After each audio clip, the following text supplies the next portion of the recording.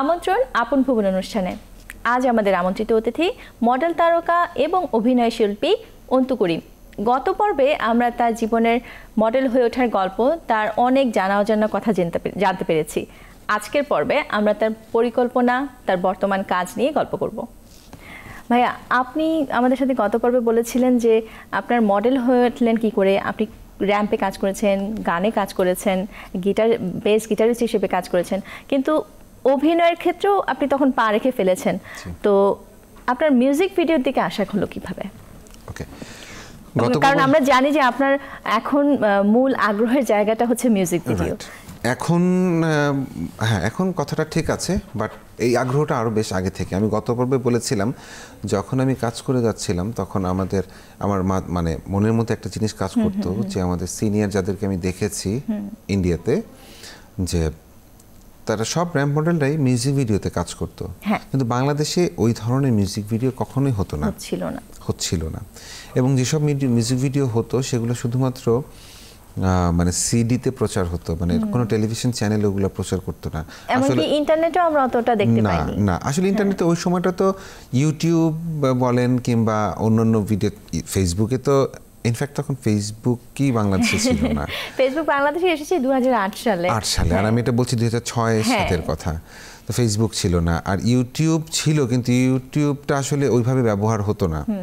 ঠিক আছে, তো আমাদেরকে চিন্তা করতে হতো TV channel and the other medias যেগুলো ছিল, আপনার সিডিজ অ্যান্ড এভরিথিং। তো কোথাও আপনার ওইভাবে প্রচার হতো না যে মিউজিক ভিডিওগুলো চলতো। তো ওই সময়টা আমি নিয়মিত তখন নাটকে কাজ করছি, অভিনয় করছি, নিয়মিত অভিনয়। হ্যাঁ, সরি, র্যাম্পেও ছিলাম এবং অভিনয়েও কাজ করে যাচ্ছি।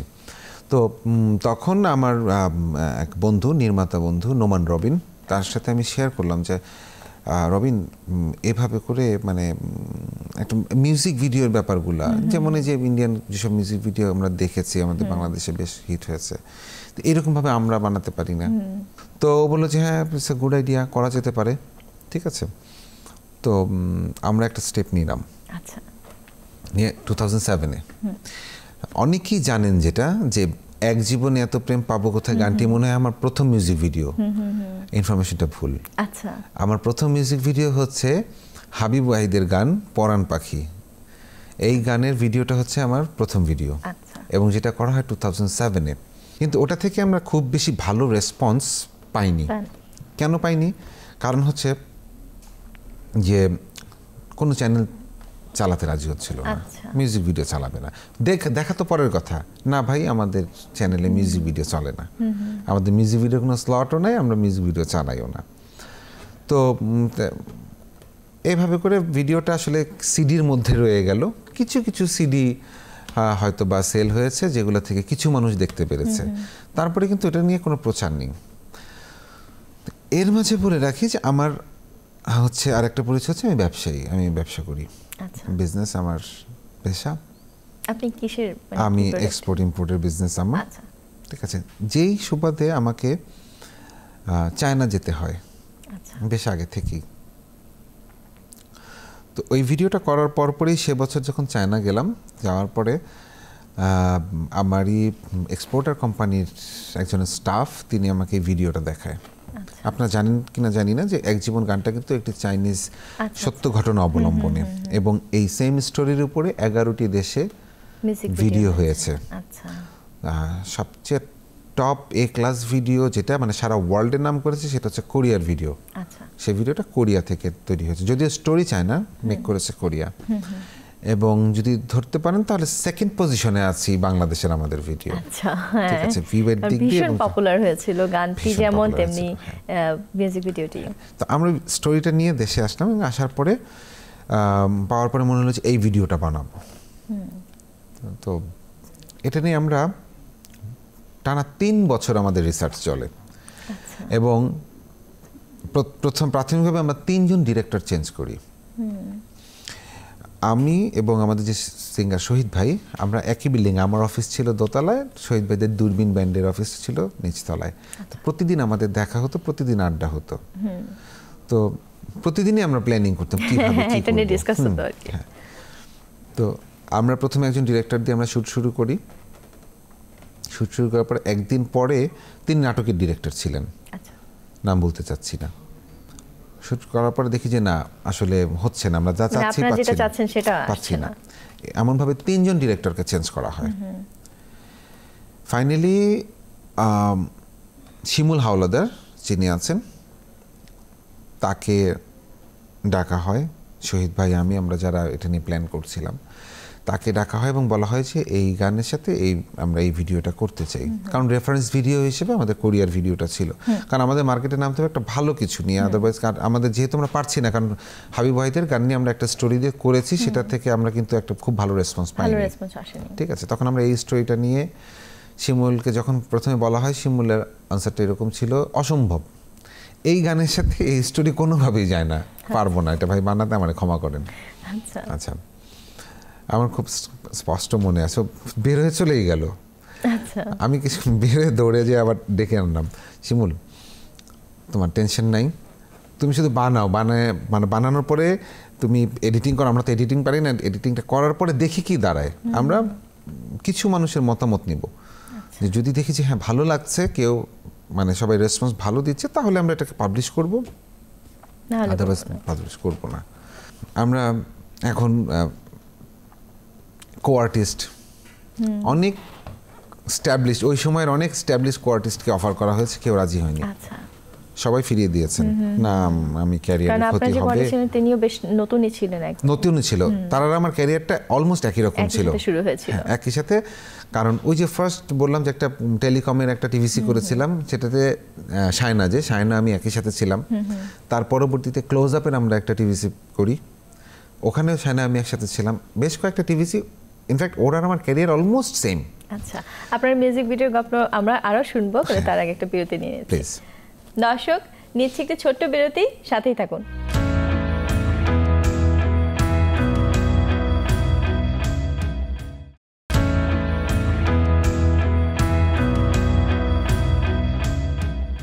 বিরতির পর আবার ফিরে এলাম আপন ভুবন অনুষ্ঠানে। আমরা গল্প করছিলাম অন্তু করিমের সাথে তার মিউজিক ভিডিও নিয়ে। ভাইয়া, এরপর কি হলো? তো এরপরে অনেকেই অফার দেওয়া হলো, সবাই সসম্মানে না করে দিলেন, কারণ তাদের ক্যারিয়ারের উপরে একটা খারাপ মানে রিস্ক নিতে চাচ্ছিল না, কেউ রিস্ক নিতে চাচ্ছিল না, কেউই রিস্ক নিতে চাচ্ছিল না। ইনফ্যাক্ট ওই সময়টা রিস্ক নেওয়ার মতন অবস্থা ছিল না, তাদের আমি কোনোভাবেই দোষ দিই না। তো তখন অ্যাপ্রোচ করা হলো, মানে শায়নাকে বললাম যে শায়না চলো আমরা এই ভিডিওটা করবো, এই ব্যাপার। তো শায়নার কথা হচ্ছে, অন্তু ভাই মডেলিং করছি, মাত্র একটু ভালো পর্যায়ে এসেছি, আপনি কিন্তু মানে না করতে পারছে না, কারণ তার 3 দিন আগে আমরা অন্য আরেকটা শ্যুট করে আসছি। আচ্ছা, ঠিক আছে, না করতে পারছে না। আমি বললাম যে টেনশন করো না, দরকার হলে ছাড়বো না, কিন্তু আগে তৈরি করি। সেই শর্তে রাজি হলো। হওয়ার পর আমাদের শ্যুট শুরু হলো। আমরা প্রথম দিনে শ্যুট ছিল হচ্ছে আমাদের চন্দ্রিমা উদ্যানের রোডে। তো চন্দ্রিমা উদ্যানের রোডে যাওয়ার পরে আমরা যখন সকাল 7:30-8টার দিকে যখন আমরা শুটিংয়ের জন্য সব প্রস্তুতি নিয়ে ফেলেছি, তখন হঠাৎ করে পুলিশ এসে বলল যে এখানে রাস্তায় কেউ থাকা যাবে না, প্রধানমন্ত্রীর দিক দিয়ে যাবেন, তো সিকিউরিটির জন্য রাস্তা খালি করে দিতে হবে। তো আমাদের সবাইকে ওই চন্দ্রিমা উদ্যানের ভিতরে পাঠিয়ে দেওয়া হলো এবং বলা হলো যে একটা সার্টেন টাইম রাগ পর্যন্ত রাস্তায় আসা যাবে না, কেউ যদি বেরিয়ে যেতে চান চলে যেতে পারেন। তো আমরা বললাম যে আমরা তো শুটিং করব। আমরা 2টা পর্যন্ত কোনো শট নিতে পারলাম না। 2টার পরে কিছু কাজ শুরু করলাম এবং ব্যাকগ্রাউন্ড পাই না ভালো, কারণ ওখানে রাস্তায় কাজ চলতেছে, রাস্তায় কাজ চলে পিচের ধোঁয়া আরও কিছু আছে না যে করে, স্যাটিসফাইড হতে পারছি না। তারপরেও করে গেলাম যে ঠিক আছে, হাঁটাচলা করি, একটু বাইকে ঘুরি, একটু এই করি সেই করি, সেখান থেকে আমরা ভালো একটা শটটা কেটে নেবেন আর কি। হ্যাঁ, নিয়ে নেব, যে নিয়ে নেই। এই গেল প্রথম দিন। দ্বিতীয় দিনে হচ্ছে যে ম্যাক্সিমাম প্রোডাকশনে যারা কাজ করেছে তারা কাজ করবে না। কি কারণে? না মানে মজা পাচ্ছে না, মানে যারা কাজ করে ওদেরও তো একটা ইয়ার ব্যাপার আছে না, এটা কি করে ওনারা, কিছু ভালো লাগছে না, 2টা পর্যন্ত বসে আছি, তারপরে যে সব কিছু ঠিক আছে কিন্তু কাজ করে মজা পাচ্ছে না, তারা আসবে না। তো রাত দুপুর না, সকালে 10টা-11টার দিকে আমরা নতুন প্রোডাকশন টিম নিয়ে আমরা আবার অন্য আরেকটা লোকেশনে শুটিং করতে যাই। 3rd ডে শুটিং করি একটা হাউসে। কতদিন লাগে? 4 দিন শুটিং করেছি আমরা। জাস্ট 4 দিনেই শুটিং কমপ্লিট হয়েছিল? হ্যাঁ, 4 দিনে আমাদের শুটিং কমপ্লিট হয়ে গেছে। এবং যখন এডিটিং চলছিল আমি তো রিস্কে ছিলাম, শিমুলকে যে বললাম, শিমুল আর যাই করো মডেল হিসেবে নামটা দিও না। কেন, সেটা কেন মানা করলেন? অ্যাটলিস্ট যেন মানুষ বকাঝকা করলেও নাম ধরে বকতে না পারে। কিন্তু চিনতে তো পারবে অবশ্যই। হ্যাঁ, মানে চেহারা চিনুক। এটা এখন এটা ভালো হয়েছিল না খারাপ আমি জানি না। আজকেও যেটা আমার ফেস করতে হয়েছে যে আমাকে চেনে, এক জীবনে মডেল হিসেবে চেনে, নামটা জানে না। তখন যতবারই এরকম হয় আমার ততবার মনে পড়ে যে শিমুলকে আমি নিজে যেয়ে বললাম, শিমুল নামটা দিও না, আমার নামও দিও না, শায়নার নামও দিও না, বাকি সব ইনফরমেশন দিয়ে দাও, কিন্তু নাম দুটো দিও না। তো এর পরের মজার ব্যাপারগুলো হচ্ছে যে ভিডিওটা যখন রেডি হয়ে গেল তখন আমরা ল্যাপটপে ফ্রেন্ডস অ্যান্ড ফ্যামিলি আশেপাশে মানুষজনদেরকে দেখাই। তো আমার খুব কাছে একজন বন্ধু আছে, আমার একজন ক্রিটিক, তো তাকে দেখালাম। সে আবার অরিজিনাল ভিডিওটা দেখেছিল কোরিয়ার। আচ্ছা, তার প্রথম ডায়লগ হচ্ছে, না এটা কি, এটা অসম্ভব, এই জিনিস চলার মতন, এগুলো ছাড়িস না, শুধু শুধু দরকার নেই, ভালো হয় নাই। মানে উনি আসলে ওইটার সাথে তুলনা করেছেন যে কেমন হলো আর কি বিষয়টা। তো আমি বললাম যে নিজের ভিতরে তো খারাপ লাগাটা কাজ করলো, প্রথমে একটা নেগেটিভ একটা কথা শুনলাম, তারপর ওকে বললাম যে তুই যেহেতু নেগেটিভ বলছিস তার মানে এটা ভালো হয়েছে, আমি এটা ছাড়বই। মানে বন্ধুর কনভারসেশনটা। ইউটিউবটা নতুন তখন, আমার মনে হয় যে ইউটিউবে সব মিলে সারা বাংলাদেশ থেকে 2-3 হাজার অ্যাকাউন্ট ছিল কিনা সন্দেহ, কিংবা 1-1.5 হাজার অ্যাকাউন্টও ছিল কিনা সন্দেহ। ইউটিউবে ছাড়লাম, ছাড়ার পরে 3-4 দিন পরে ওপেন করলাম, দেখি 4টা ভিউ। আচ্ছা, 2 দিন পরে ওপেন করলাম 5টা ভিউ। তার মানে আমার পরে আর কেউ ওপেন করে নাই। ওই লাস্ট ভিউ আমার, পরেরটা যে ভিউ দিলাম ওইটাও আমার, মানে অন্য কারো ভিউ নাই। আচ্ছা, তখনও কি আপনারা কোনো টেলিভিশন চ্যানেলে বা টেলিভিশন চ্যানেল চালাবে না? আচ্ছা, কেউ চালাবে না। কিন্তু এফএম রেডিওতে গানটা চলেছে।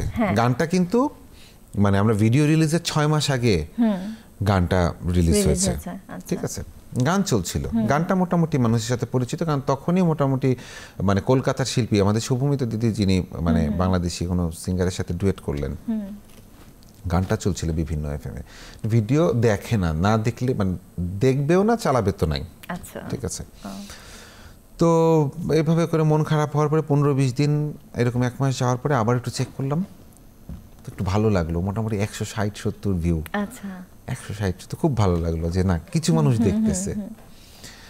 এরপরে ভুলে গেলাম যে আমরা এরকম একটা প্রজেক্ট করেছিলাম, আমরা ভুলে গেলাম, মানে আমরা আমাদের রেগুলার লাইফে কাজে চলে গেলাম। আচ্ছা, কিন্তু এমনি পরিচিত গণ্ডির মধ্যে থেকে কোনো ফিডব্যাক আসলো না? না, পরিচিত গণ্ডির মধ্যে থেকে কোনো ফিডব্যাক আসছিল না তখন আসছিল, আমরা তো দিয়ে রাখলাম, আমাদের মাথায় তো ওটা নাই যে ইউটিউবে একটা মানুষকে দেখতে হলে ওই স্পেসিফিক জিনিসটাকে খুঁজে বের করে তাকে দেখতে হবে। আমি কে, আমি অন্তু করিম কে, আমাকে কেন খুঁজবে মানুষ? অবশ্যই। কিংবা আমাদের শহীদ ভাই বা তখন কে, যেটা কেন তাকে মানুষ খুঁজবে, ওইটা মাথার মধ্যে নেই। আমার ব্যাপারটা হচ্ছে যে আমার গান তৈরি করছি, ইউটিউবে দিয়ে দিলাম, এখন মানুষ দেখবে। এখন তো মানুষের তো খুব নিজের ইচ্ছায় ওটাকে ঢুকতে হবে। যাই হোক, মানে অপরিপক্কতার একটা ফলাফল ছিল ওটা। তো তারপরে প্রায় 1-1.5 মাস পরে এরকম একটা ফোন পাই এক বন্ধুর, তুই কি কোনো মানে কোনো গানের মধ্যে অভিনয় করছিস? বললাম যে গানের মধ্যে, হ্যাঁ করছি তো। ওটা ছিল আপনার দ্বিতীয় কাজ আর কি? দ্বিতীয় কাজ, হ্যাঁ। একটা এরকম দেখলাম ইন্টারনেটে, অসম্ভব সুন্দর বন্ধু। আমি তাই নাকি, এই প্রথম একটা ভালো ফিডব্যাক, খুব ভালো লাগলো। মানে নেটে বসলাম, নেটে বসে আমি বিশ্বাস করতে পারছি না, কারণ প্রায় 1.5 লাখ ভিউ।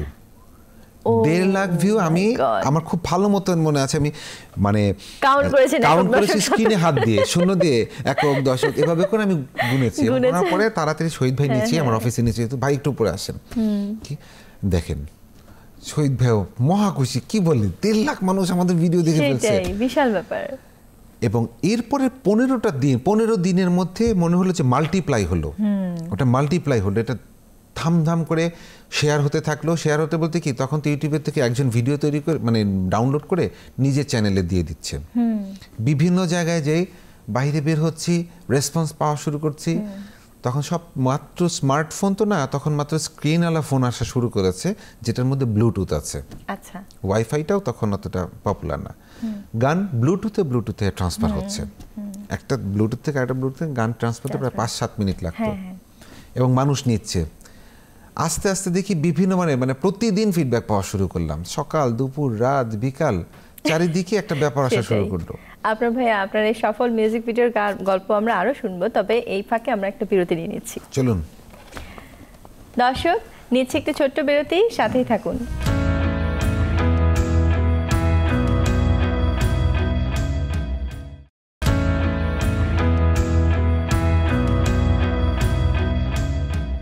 বিরতির পর আবার ফিরে এলাম আপন ভুবন অনুষ্ঠানে। আমাদের আজকের অতিথি অন্তু করিম। ভাইয়া, আপনার যে মিউজিক ভিডিওটা যখন একদম সফল হয়ে গেল, যে মানে তখন তো এরপর থেকে তো আপনি তারকা খ্যাতি পেয়ে গেলেন একজন, কিন্তু আমার মনে হয় যে এরপর থেকেই হয়তো মানে এই মিউজিক ভিডিওটা অনেকটা পায়োনিয়ার হিসেবে কাজ করেছে মিউজিক ভিডিওর ইন্ডাস্ট্রিতে। এর মাঝে একটু ছোট্ট ভালো লাগার কথা আমি আপনাকে বলবো। আলহামদুলিল্লাহ, আল্লাহর রহমতে এখন মিউজিক ভিডিও একটা কমপ্লিটলি একটা আলাদা ইন্ডাস্ট্রি, এবং বিশাল বড় একটা নাম্বার পিপল যারা কিনা মিউজিক ভিডিওর উপরে তাদের জীবিকা নির্বাহ করছে। বাংলাদেশের মিউজিক ভিডিও একটা সময় আমরা মনে আছে কিনা যে বাংলাদেশের মিউজিক ইন্ডাস্ট্রি শেষ, বাংলাদেশের মিউজিক ইন্ডাস্ট্রি দাঁড়াতে পারবে না, এখন একেবারেই ঘুরে দাঁড়িয়েছে। এবং আরো আসার ব্যাপার হচ্ছে আমরা ফরেন রেমিটেন্স আনছি এই মিউজিক ভিডিও দিয়ে। আচ্ছা, বিদেশ থেকে আমরা ফরেন রেমিটেন্স আমরা আনছি। কারণ এখন যে নতুন শিল্পীদের আমরা দেখছি তারা এসেই হয়তো অ্যালবাম বের করছে না, কিন্তু যে 2টো গান করছে, 5টা গান করছে, একটা মিউজিক ভিডিও বের করছে। হ্যাঁ, এটা হচ্ছে মানে নিজেকে মানে অনেক ক্ষেত্রে বলা যায় যে ইন্ট্রোডিউস করার ক্ষেত্রে বেশ বড় ভূমিকা রাখছে, এবং সহজ একটা মিডিয়া, কারো ধারণা ধরতে হবে না, নিজের যদি এক্সপার্টাইজ সবকিছু থাকে নিজের মতো করে দিচ্ছে। এবং দেখবেন এখন ইন্টারনেটে এখন অনেক আপনার ইউটিউবার আছে যারা নিজের মতো করে কাজ করছে। তো আমাদের এটা অনেক বড় একটা পজিটিভ ভালো লাগা যে বাংলাদেশের মিউজিক ইন্ডাস্ট্রি ঘুরে দাঁড়িয়েছে, মিউজিক ভিডিও আলাদা একটা ইন্ডাস্ট্রি তৈরি হয়েছে, নতুন নতুন মানুষজন আসছে, অনেক মডেল আছে যারা এখন মিউজিক ভিডিও থেকে ফিল্ম করছে। হ্যাঁ, আপনার বোধহয় এই ক্ষেত্রে একটা পরিকল্পনা আছে, একটা স্বপ্ন আছে, আপনি কাজ করতে চেয়েছিলেন আগে, যে মিউজিক ভিডিওকে ইন্টারন্যাশনাল পর্যায়ে নিয়ে যাওয়ার জন্য। এই বিষয়টা আপনি বলতে চেয়েছেন। আচ্ছা, মিউজিক ভিডিও আমরা এখন পর্যন্ত যেহেতু আমাদের ঘর গোছানো এখন শেষ, আমরা যেহেতু দেশের মধ্যে আমাদের ভিডিওর মানে যে গন্ডিটাকে মোটামুটি ঠিক করে ফেলেছি, একটা এস্টাবলিশমেন্ট চলে এসেছে, বিজনেসের ক্ষেত্র, সাংস্কৃতিক ক্ষেত্র, বা যেটাকে বলা যায় যে মান সম্পন্নতা, সেটাও তৈরি হয়েছে। এখন আমাদের হচ্ছে যে কিছু কিছু ফরেন রেমিটেন্স আমাদের আসা শুরু করেছে, আমরা আরো ফরেন রেমিটেন্স আনতে চাই। আমাদের ভিডিওগুলা আমরা বাহিরে আরো বেশি, মানে শুধু বাংলা ভাষাভাষী না, বাংলা ভাষাভাষীর বাইরের মানুষও যেন দেখতে পারে, সেভাবে করে আমরা তৈরি করতে চাই। এজন্য হয়তো পুরো পরিকল্পনা আমার মাথায় নেই, আমি মানে সবাইকে নিয়ে আমি সবসময় এই জিনিসটা নিয়ে কথা বলি যে আমাদের ভিডিওগুলো আমরা এক্সপোর্ট করতে চাই, আমরা ফরেন রেমিটেন্স আনতে চাই। ঠিক আছে, এখন যে পরিমাণে আসছে সেটার পরিমাণটা আরো বাড়াতে চাই। এবং এখন যে স্ট্যান্ডার্ড আমাদের চলছে করছে, সব স্ট্যান্ডার্ডের হচ্ছে, এখন একেবারে জেড গ্রেডেরও হচ্ছে, আবার এ গ্রেডেরও হচ্ছে। ঠিক আছে, আমি নিজে জানি কিছু ভিডিও আছে শুধুমাত্র কালার কারেকশন করার জন্য তারা দিল্লি যাচ্ছে অথবা তারা ব্যাংকক যাচ্ছে শুধুমাত্র কালার কারেকশন করার জন্য। এটা অনেক বড় একটা ব্যাপার, ফিল্মের কালার কারেকশন করার জন্য দেশের বাইরে যেতে হয়। হ্যাঁ, আমরা জানি যে আপনি একটা মুভিতেও অভিনয় করেছেন, তো এই মুভিতে আপনি না যাওয়ার পেছনে একটাই হয়তো করেছেন, কিন্তু সেটা হয়তো সেরকম ভাবে আপনার প্রথম মিউজিক ভিডিওর মতো অতটা পপুলার হয় নাই, কিন্তু মুভিতে আপনাকে আর যাওয়ার ইচ্ছে আছে? আচ্ছা, প্রথম মুভিটা যেটা করেছিলাম আমি বলেছি যে আমার বন্ধু ডিরেক্টর তুমান রবিন, তিনি পরিকল্পনা নিলেন, তিনি একটা ডিফারেন্ট মুভি বানাবেন, বাংলাদেশের যে ধরনের কমার্শিয়াল মুভিগুলো হয় এরকম মুভি না, একটু ডিফারেন্ট। তো আমরা জানি যে ক্যারিবিয়ান দ্বীপপুঞ্জের যে পাইরেটসদের গল্প আছে, সেটা নিয়ে হলিউডে ফিল্ম হয়েছে, পাইরেটস অফ দ্য ক্যারিবিয়ান। ওকে, হ্যাঁ হ্যাঁ, ঠিক আছে, যেটা জনি ডেপ ক্যারেক্টার প্লে করেছেন। তো গল্পটা তো আসলে মানে যে আমাদের যে স্টোরিটা তো আসলে সবার জন্য। তো ওর মাথার মধ্যে আসলো যে ক্যারিবিয়ানের পাইরেটদের নিয়ে যদি হলিউডে ফিল্ম বানাতে পারে তা আমরাও একটা চেষ্টা করে দেখতে পারি। আমি বললাম যে এত বড় রিস্ক নিস না, আমরা কিন্তু মানে অসম্ভব। কোথায় হলিউডের আমরা কোথায় কি বলে যে আমাদের যা আছে আমরা তাই দিয়ে বানাই না, একটা রিস্ক নেই না। আচ্ছা, কমার্শিয়াল এই মুভিটা তো পরবর্তীতে আসলে আর অতটা, এই মুভিটা রিলিজও হয়েছিল। আচ্ছা, রিলিজ হয়েছিল, একটি টিভি চ্যানেল ওটার স্পন্সর ছিল, মানে একটা টিভি চ্যানেলই ওটাকে তৈরি করেছিল, আমরা করেছিলামও। কিন্তু দুঃখের বিষয় ছিল যে আমাদের গ্রাফিক্সের ওখানে কিছু কমতি ছিল বলতে হচ্ছে যার করার কথা ছিল গ্রাফিক্সের কাজ, ওখানে অ্যানিমেশনের কাজ করার ছিল, তিনি আসলে একটা পর্যায়ে মানে কোনো এক বিশেষ কারণে মনোমালিন্যের কারণে উনি আর ওটা করেননি, পরবর্তীতে অন্য কাউকে দিয়ে করানো হয়েছে। আসলে একজনের হাত, এটা ধরতে পারেন শখের বসে করা, যেহেতু সম্পূর্ণ ভিন্ন একটা মুভি। আসলে আপনার মূল আগ্রহের জায়গাটা হচ্ছে বাংলাদেশের মিউজিক ভিডিওকে একটা ইন্টারন্যাশনাল পর্যায়ে নিয়ে যাওয়া, বাংলাদেশের মডেলিং জগৎটাকে, বাংলাদেশের র্যাম্প মডেলকে আপনি আরো বেশি একটা উচ্চ পর্যায়ে নিয়ে যাওয়া। আমরাও চাই আপনার সেই আশা, আপনার সেই আকাঙ্ক্ষা সফল হোক। আমরা সবসময় আপনার সাথে থাকবো বিষয় নিয়ে। আজকে আমাদের অনুষ্ঠান একেবারেই শেষের পর্যায়ে। আমরা অনেক অনেক খুশি, অনেক কৃতজ্ঞ যে আপনি অনেক ব্যস্ততার মাঝে আমাদেরকে সময় দিয়েছেন। তো আমার অনেক ভালো লাগলো, আমার এই যে অনেক না কথা বলা, না জানা কথা আমি আপনাদের মাধ্যমে দর্শকদেরকে জানাতে পারলাম। ধন্যবাদ ভাই আপনাকে। আমরা আজকে পর্ব এখানেই শেষ করছি, দর্শকের কাছ থেকে বিদায় নিয়ে নিচ্ছি। দর্শক, আজকে আমাদের আমন্ত্রিত অতিথি ছিলেন অন্তু করিম, যার জীবনের অনেক না জানা কথা, তার স্ট্রাগল করার কথা, তার তারকা হয়ে ওঠার গল্প আমরা জানতে পারলাম। ভবিষ্যতে আরও একজন অন্য কাউকে নিয়ে আসবো যিনি তার নিজের আপন ভুবন সম্পর্কে আমাদেরকে জানাবেন। ততদিন পর্যন্ত ভালো থাকুন, সুস্থ থাকুন।